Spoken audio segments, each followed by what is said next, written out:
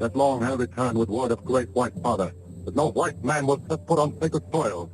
And Crazy Horse and his brothers. You've seen them in classic westerns, but do you know the real stories behind Hollywood's Native American actors?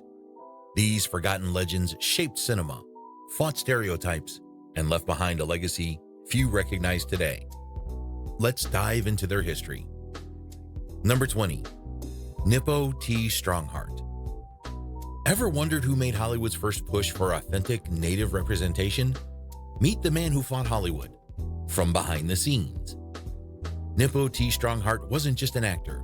He was Hollywood's first Native American consultant, working tirelessly to bring cultural accuracy to films. Before movies had any sense of authenticity, he was behind the scenes, ensuring Native traditions weren't completely butchered on screen. Born in 1891, Nippo was a performer, writer, and educator. He worked on films like The Silent Enemy, 1930, ensuring costumes, dialogue, and rituals reflected real indigenous cultures. Instead of just acting, he traveled across America giving lectures about Native history, something few Hollywood stars were doing at the time. His influence reached beyond movies. He even consulted on U.S. policies regarding Native rights. Though he wasn't the biggest name in Hollywood, his work paved the way for Native actors who wanted to be seen as more than just background characters. Without him, Native stories in Hollywood would be very different today. During his lifetime, Nippo Strongheart, or his given Yakima name, Tachinam, appeared in scores of movies opposite the leading actors of his time, was considered a foremost authority of Native American history and ethnology, and consulted directly. Number 19, Ray Mala. Hollywood's first Native Alaskan leading man? Check. A global box office hit? Also check. But why don't more people know his name? Ray Mala, an Inupiat actor from Alaska, made history when he starred in Eskimo 1933, a film that won an Academy Award for Best Editing, a rare achievement for a movie led by a Native American actor. But that's not the only reason he's legendary. Unlike many Indigenous actors who were limited to minor roles, Mala carried entire films, something unheard of at the time. His work took him beyond Hollywood. He helped film documentaries in the South Pacific during World War II, proving his skills went far beyond acting. Hollywood wasn't exactly known for uplifting Native actors, so Mala's success was remarkable. Despite being one of the first Native actors to reach international fame, his legacy remains largely forgotten. But today, we're putting his name back where it belongs, in the spotlight. Did you know Ray Mala was one of the few actors in history to work with actual Arctic explorers? His film, Eskimo, was shot entirely on location in Alaska, a groundbreaking move for the time.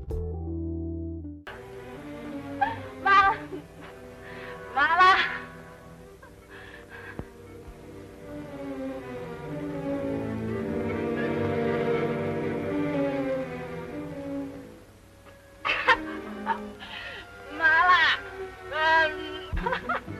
Number 18, Rod Redwing. Hollywood's original gunslinger? Yep.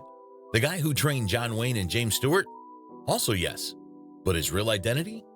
A total mystery. Rod Redwing wasn't just an actor. He was one of the best gunfighters in Hollywood history. If you've ever seen a cowboy movie, chances are Redwing trained the star behind the scenes. He worked with legends like John Wayne, James Stewart, and Charlton Heston, teaching them how to quick-draw revolvers with deadly accuracy. Born in 1904, Redwing's career spanned decades. He appeared in over 100 films and TV shows, playing native warriors, sheriffs, and even villains. But here's the kicker. His true origins remain a mystery. Some sources claim he was Chickasaw, while others say he had mixed heritage. Regardless of his background, his influence on Westerns is undeniable. Even today, many actors still use his gun-spinning techniques, making him one of Hollywood's most legendary stunt trainers. Now, sir, if you will first off teach me a little bit how to do this. Well, you've got to learn how to handle your gun first. Yeah. Like this. Here, here, here, Yeah.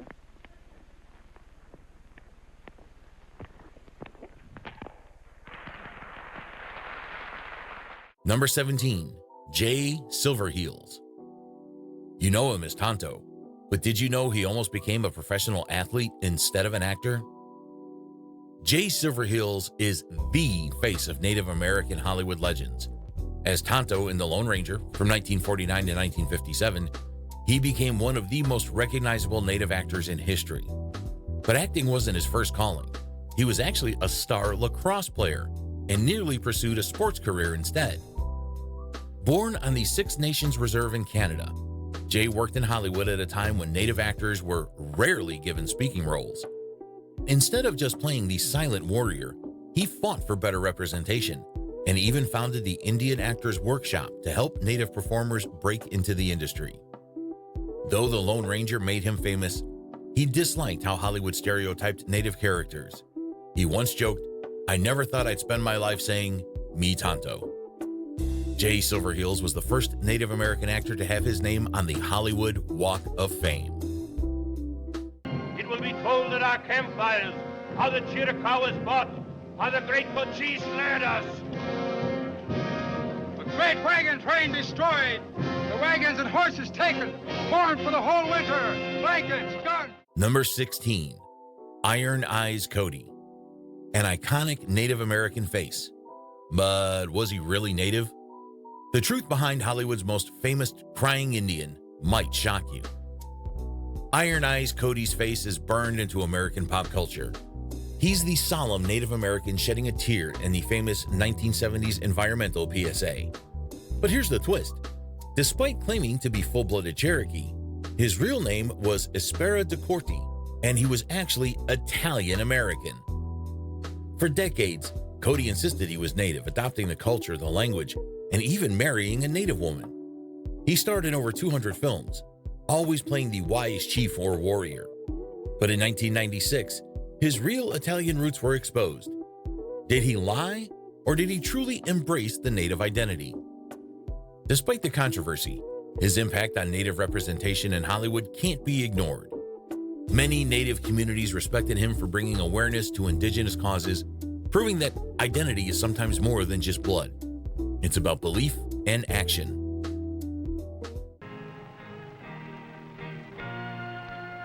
Some people have a deep, abiding respect for the natural beauty that was once this country. And some people don't. People start pollution. People can stop it. Tired of expensive, low-effort script writers for your YouTube channel? Autoscripter.ai is the ultimate solution. Say goodbye to low-quality, poorly retention amateur scripts that fail to generate thousands of views for your channel. At a fraction of the cost, Autoscripter.ai helps your videos go viral. In just 3 steps, Autoscripter.ai creates a polished script tailored to your needs. Just input your title concept, select your tone and style. The intuitive interface makes editing and refining effortless, fast, smart, and trusted by hundreds of satisfied users who have already discovered the amazing tool. Start your free trial today and watch Autoscripter.ai transform your YouTube channel. Just click the link in the video description below now. Number 15, Will Sampson. A Hollywood breakthrough in silence? How did a quiet Native actor steal the show from Jack Nicholson in a legendary film? If you've ever seen One Flew Over the Cuckoo's Nest, 1975, you know Will Sampson. His role as Chief Bromden. The towering, silent patient who finally rebels is one of the most powerful performances in film history. Sampson wasn't just an actor, he was a painter, rodeo rider, and activist. Standing at 6'7", he was literally larger than life. Unlike many Native actors before him, he refused to play roles that made Indigenous people look weak or savage. He demanded Hollywood do better. His most badass moment?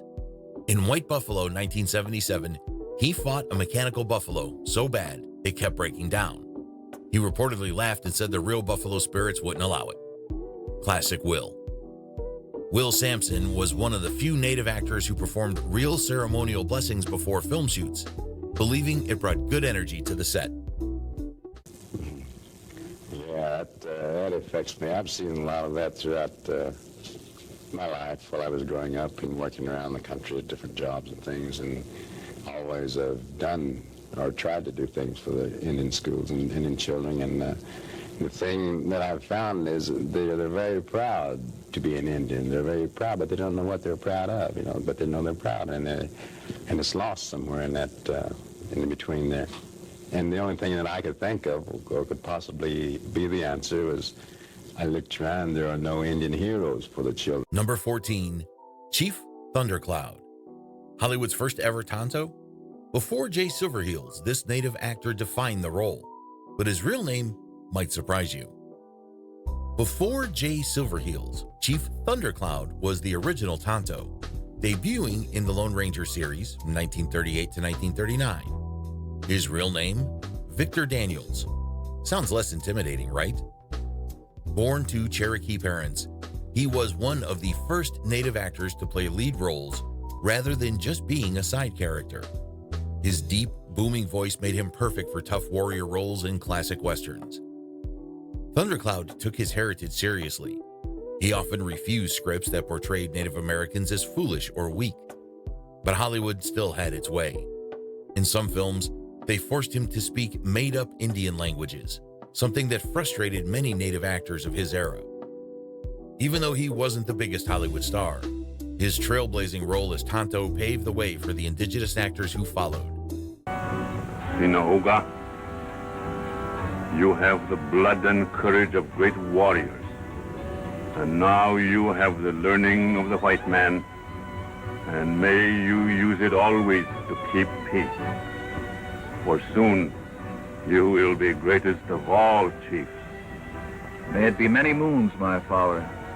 Number 13, Buffalo Child Longlands. A war hero, an actor, a journalist, Buffalo Child was a man of many talents. But what shocking truth led to his downfall? Buffalo Child Longlands was more than just an actor. He was a legendary journalist, war hero, and author who fought for Native rights. His autobiography, Longlands, 1928, was a huge bestseller, detailing his struggles as a Native American in a radically divided world. He starred in The Silent Enemy in 1930, one of the most authentic films about Native life ever made. But after years of success, Hollywood turned its back on him when it was revealed he was actually of mixed African American and Native descent, a scandal at the time. His career crumbled overnight. Heartbroken, Buffalo Child tragically took his own life. Today, he's remembered not just as an actor, but as a powerful voice for Indigenous and minority rights, one that Hollywood wasn't ready for. Buffalo Child Longlands once claimed to have fought in World War I under a fake name to join the military. His commitment to identity was intense. The most famous Indian of this era and star of The Silent Enemy is Chief Buffalo Child Longlands. Buffalo Child Longlands in the movie becomes the ultimate warrior, the mystic warrior, the one who's going to help his people. Number 12, Chief Yalachi. A deep, booming voice and a sense of humor, this Native actor wasn't just a warrior on screen, but a scene stealer too. Chief Yalachi had a voice that could shake mountains, so it's no surprise he often played chiefs, warriors, and wise elders in Hollywood's golden age. But what set him apart? His humor. Unlike other Native actors, Yalachi wasn't afraid to play comedic roles. He starred in classic films like Red River in 1948, and even took on lighter parts in TV shows. His presence was so strong that he often overshadowed bigger stars just by standing in the background. Despite the Western genre's tendency to misrepresent Indigenous people, Yalachi found ways to sneak in real Native wisdom into his roles. Take team to win game. Oh, it's not that. But the range rider does everything. I just wish there was one thing that I could do better than him. Me know how you feel. Me have same trouble when I wrestle alligators. Wrestle alligators? That's how I get my name. Used to wrestle alligators in traveling show. Holy cow. gators. No, not me. Can't you think of something easier? How about bow and arrow? Number 11, Chief John Bigtree. You've seen his face everywhere, but did you know this legendary Native actor was also a symbol of American history? Chief John Bigtree was a Hollywood favorite for Native American roles in the 1930s and 40s. He starred in over 50 films, including John Ford's Stagecoach in 1939, one of the most famous Westerns ever made. But here's the wild part. He claimed to be one of the models for the U.S. Nichols Indian head design. While the U.S. Mint later disputed it, Bigtree proudly told everyone he was the inspiration behind the coin. Whether true or not, it only added to his legendary status. Bigtree had an undeniable screen presence, bringing strength and wisdom to his roles. Chief John Bigtree claimed that the famous Buffalo nickel was modeled after him, but the U.S. Mint said it was based on multiple people.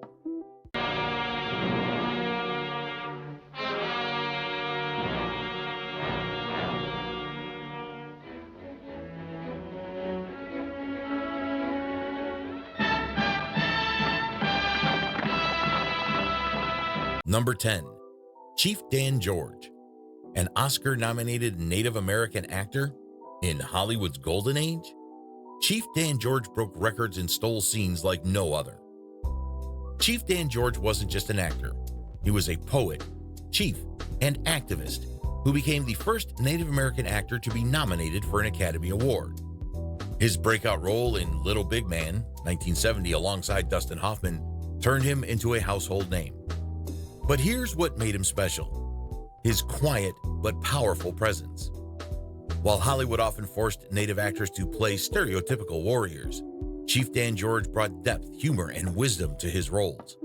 One of his most famous quotes, "The only thing necessary for tranquility in the world is for every child to grow up happy." Despite his late start in Hollywood, he was already in his 60s when he became famous. He left an unforgettable legacy. A storyteller first, an actor second, and a legend forever. Makes my heart sad. A world without human beings has no center to it. Go where, grandfather? To the mountain. To the top.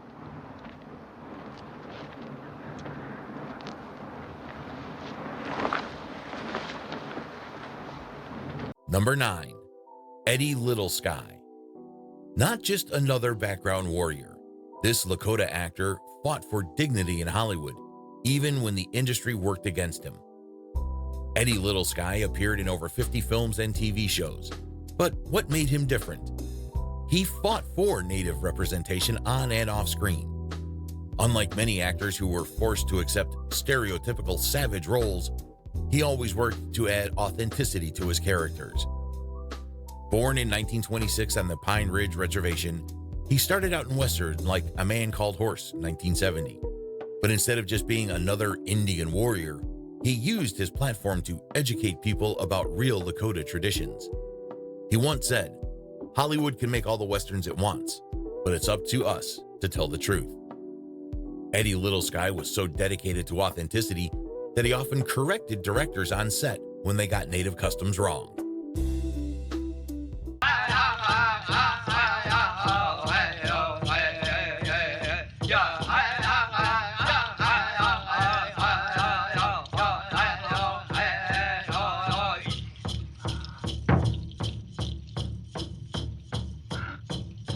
Number 8, Henry Brandon, Hollywood's most famous Native villain. But was he actually Native? The shocking truth about this Golden Age actor might surprise you. Henry Brandon's performance as Scar, the Comanche chief in The Searchers in 1956, was so convincing that many people assumed he was Native American. But here's the twist: he was actually born in Germany. Despite not being indigenous, Brandon played Native roles for decades, including in films like Geronimo in 1939. Hollywood's casting practices were notoriously problematic back then, often choosing non-Native actors for major roles. But Brandon's portrayal of Scar is still considered one of the most memorable villains in Western history. Love it or hate it, his career is an example of how Hollywood sidelined real Native actors but also how some performances, even if controversial, became legendary. Oh, Lord. Nazgul!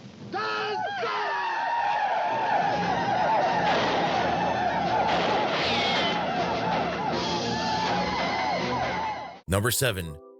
X-Brands. Was he really native? The debate continues. But one thing's for sure, this man was a Western TV icon. X-Brands had a mysterious career. He starred in tons of Westerns, often playing native warriors and chiefs, but his actual heritage is still a mystery. Some sources claim he was part native, while others say he wasn't at all. One of his biggest roles was as Pahu Katawa in Yancey Derringer, a silent but deadly native character. His ability to portray stoic, fearless warriors made him a fan favorite, even though his true origins remain debated to this day. While he may not have been as well known as other actors on this list, he still left his mark on Hollywood's Western era, playing native roles at a time when Hollywood was still figuring out representation. X-Brand's character Pahu Katawa communicated entirely through hand signals, a rare and unique portrayal for 1950s television. Well, you haven't so far. As a matter of fact, I don't think you three lads are soldier boys at all. Now, which one of you veterans would like to tell all first? Or maybe we should start with the prisoner. Watch out! Number 6. Jay Red Hawk. A real warrior, both on screen and in real life. Jay Red Hawk brought real Cherokee traditions to Hollywood. Jay Red Hawk wasn't just another native actor. He was also a champion archer, horse rider, and historical consultant for films. Unlike many Hollywood actors, he made sure the native characters he played were accurate and respectful. Born into the Cherokee Nation, Red Hawk worked on historical films and documentaries, making sure that Indigenous culture wasn't erased or misrepresented. His biggest contribution? Teaching young native actors the importance of honoring their heritage while working in Hollywood. Even though he wasn't as famous as others on this list, his commitment to authenticity and cultural preservation made him a true legend in native cinema. Some of those horses are going to take off. Some of my little brothers and my nephews are going to come running up. They're going to come running up with robes and blankets and shake them. And then your horses are really going to disperse. Horses carrying ammunition and supplies. Those are going to be grabbed up by Lakotas, Cheyennes, and Arapahoes right off the bat. And as you fall, we're going to be grabbing your rifles. They had antique muzzle-loading rifles. They had a few repeating rifles, but they did not have a huge supply of weapons and little bighorn, other than what I brought here. Number 5. Rod Rondeau. More than just an actor, this man took Hollywood's toughest stunts and turned them into art. Rod Rondeau made his name in Hollywood not just as an actor, but as one of the best native stuntmen of all time.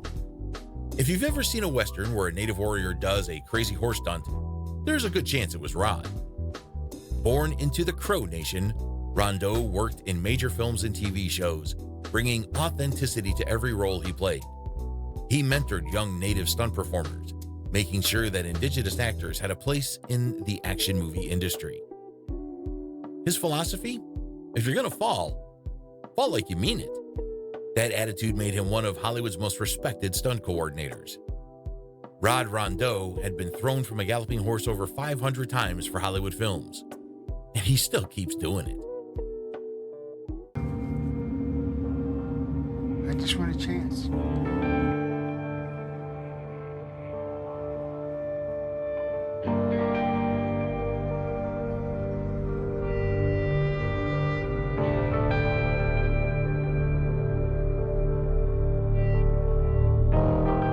Number 4.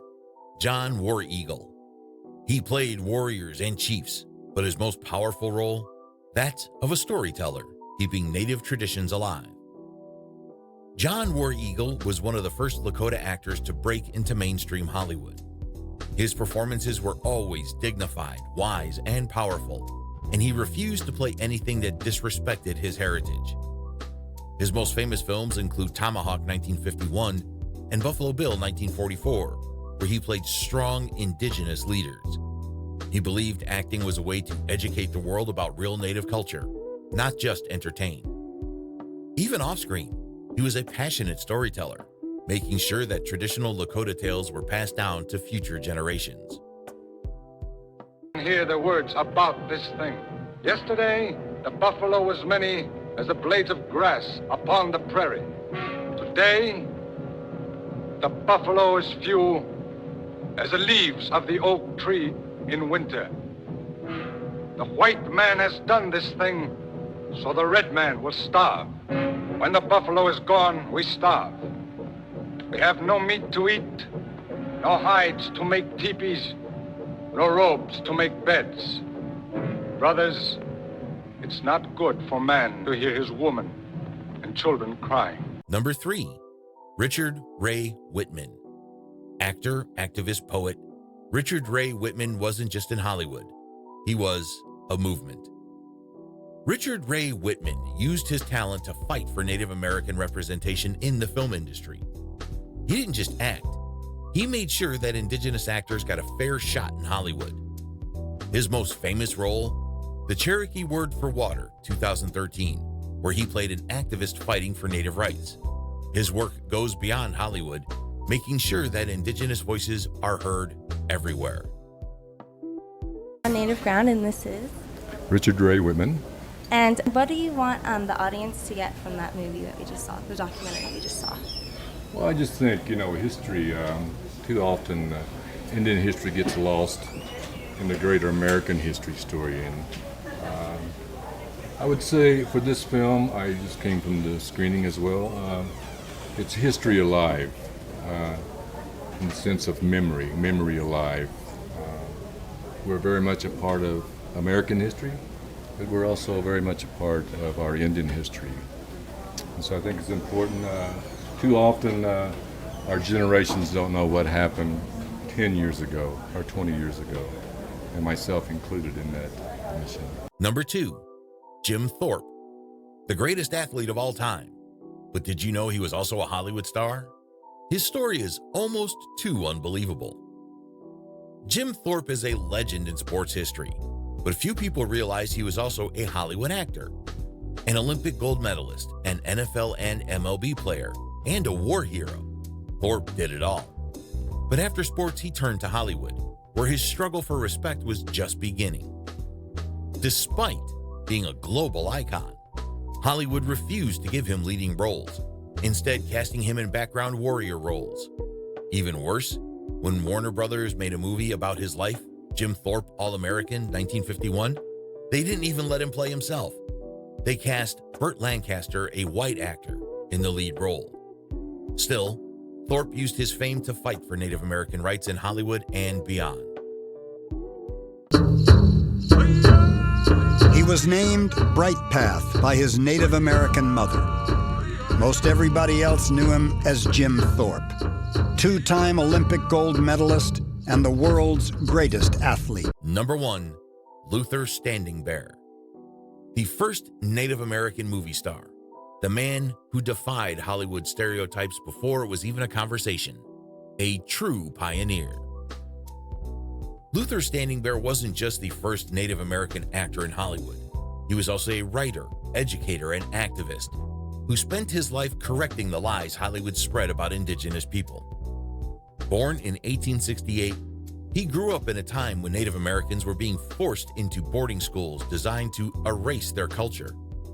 But instead of letting the world silence him, he took his fight straight to Hollywood.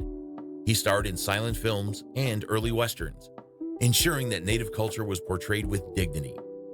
Beyond acting, he wrote powerful books about Native life, including My People, the Sioux, 1928. He famously said, "The white man's school will teach you how to read and write, but it will not teach you how to think." His words still resonate today. Luther Standing Bear was friends with Buffalo Bill Cody and performed in his Wild West shows before transitioning into film. Pays homage to the Ponca tribe with this morning's unveiling of the Chief Standing Bear stamp. The depiction of Chief Standing Bear is a regal one, the portrait based on a black and white photograph of the chief taken in 1877. Since the 1800s, the Postal Service has used stamps to celebrate the legacy of great Americans. These Native American legends shaped Hollywood's history. Which actor surprised you the most? Drop a comment. Don't forget to like, subscribe, and check out our other videos on forgotten Hollywood icons. See you in the next one.